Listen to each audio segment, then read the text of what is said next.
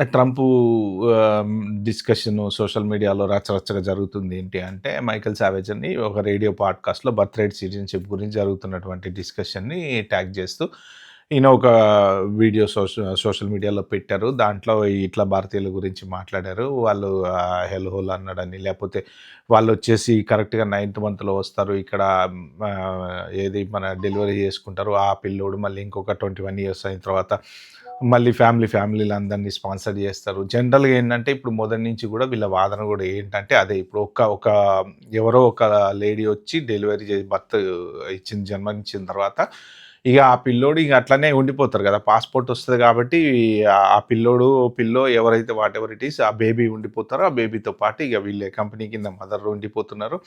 అలాగా ఒక ఫ్యామిలీని బిల్డ్ చేస్తున్నారు. వాళ్ళు 21 ఇయర్స్‌కొచ్చిన తర్వాత చూడండి మీకు రూల్స్ ఎలా ఉన్నాయి. ఇప్పుడు అమ్మ, నాన్నకి స్పాన్సర్ చేయొచ్చు. ఒకసారి వాళ్ళకి గ్రీన్ కార్డ్ వచ్చి పాస్‌పోర్ట్ వస్తే మళ్ళా వాళ్ళు సిబ్లింగ్స్‌ని స్పాన్సర్ చేయొచ్చు. ఇట్లా ఒక ఖాందాన్ మొత్తం గుంపుని తీసుకొచ్చేస్తున్నారు అమెరికాకి అని చెప్పేసి ఆహ్, ఇగ ఆయన మన ఇండియా, చైనా గురించి టాపిక్ తీసుకొచ్చారనేసి ఉంది సోషల్ మీడియాలో. దాంతో పాటు ఇంకొకటేంటంటే పెద్ద పెద్ద కంపెనీస్ గూడా H1 వాళ్ళనే తీసుకుంటున్నారు.